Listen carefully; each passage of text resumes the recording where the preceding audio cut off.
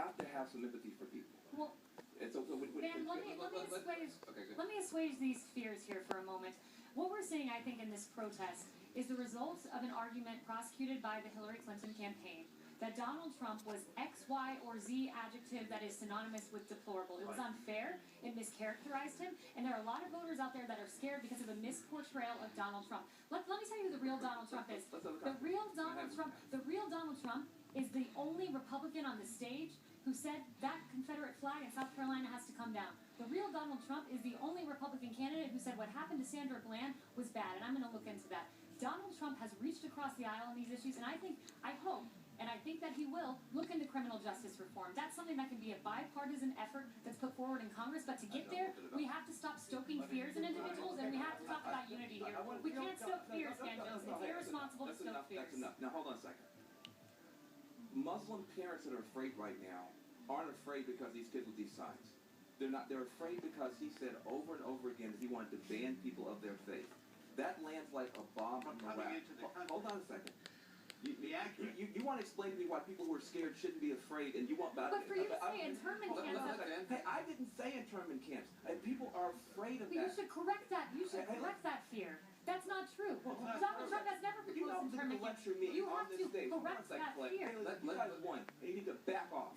You need to have a little bit of empathy and understanding for people who are afraid, because your candidate has been one of the most explosively provocative candidates in the history of our country. And there's a price to be paid for that. And hold on a second. Let him finish. I am not finished. I'm not going to be talked over tonight. I'm not. You have people who are terrified. And you have to take some responsibility for it. I am not spreading the terror. I am trying to dampen it down. Let me finish my point. Listen, you have people, Latino families, who say, this guy said he's going to deport millions of people. They don't know, should they sell their homes? They are terrified. That is a real fear. You have Muslims who have heard him say nothing good about the Muslim community the entire campaign. That's a real fear. And so they've heard him say, maybe he said it, but that's not what broke through. And so what we have to be able to do now, if you want unity, and I want unity, and I'm working harder for unity than anybody on this stage, I guarantee you. If you want unity, we have to hear the pain first before you tell people they're wrong to hurt. But what President Obama did is the exact opposite of what you're saying. President Obama, and all due respect to him and all credit to him, he took to that Rose Garden, he stood up there and he said, you know what? We need to unify. We need to come together. This is a sports analogy. We had an intramural match, but we are coming together and we are all Americans. And let's give this man a chance. That's what President Obama said. We need to unify this country, and we don't do it by stoking the fears of those people on the street. We do it by doing what President Obama said and what Donald Trump did. We need to unify and come together, and Donald Trump is the man to lead us forward. What's interesting, though, we should just point out, I mean, you're saying this is based on the Clinton campaign, and that's an understandable argument, but it wasn't the Clinton campaign today saying go out into the streets and do this. I think these are people who, whether it's a misperception, which you believe it is, but these are people who certainly believe what... It seems like they believe what they're out there saying tonight. President Obama did the responsible thing today. Absolutely. And Hillary Clinton, to their credit, to unify this country, we have to see the good in one another, not the bad. We can't stoke fears. We can't talk about internment camps. Let me finish now.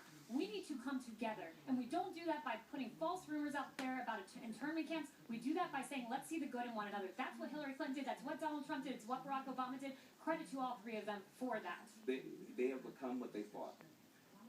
They sat up here for a year and a half and said people are crying out and they're not being listened to. People are crying out and they're being run over by the elites, and they have now become what they're talking about. People are now crying out.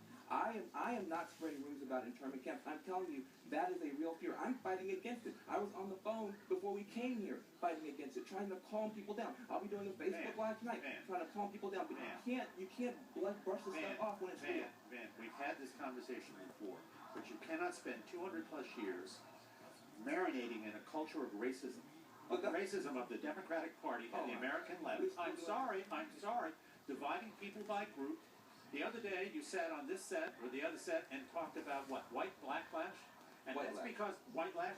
White lash. Okay, and the point is, man, because you're dividing white people in the same way that you're dividing black people. You're not treating people, you are not treating people as individual Americans. And that's the problem, and you do it all the time. Wag your finger at me, and this is going to get bigger and bigger. So go ahead. These are 1960s wannabes. No. And they're nowhere close to the original. Paul, go ahead. I have a different take as a political professional, which is, why don't we register these people and inspire them to vote? It's 6,080,642 people. Fewer voted for the Democrat this time around than the last.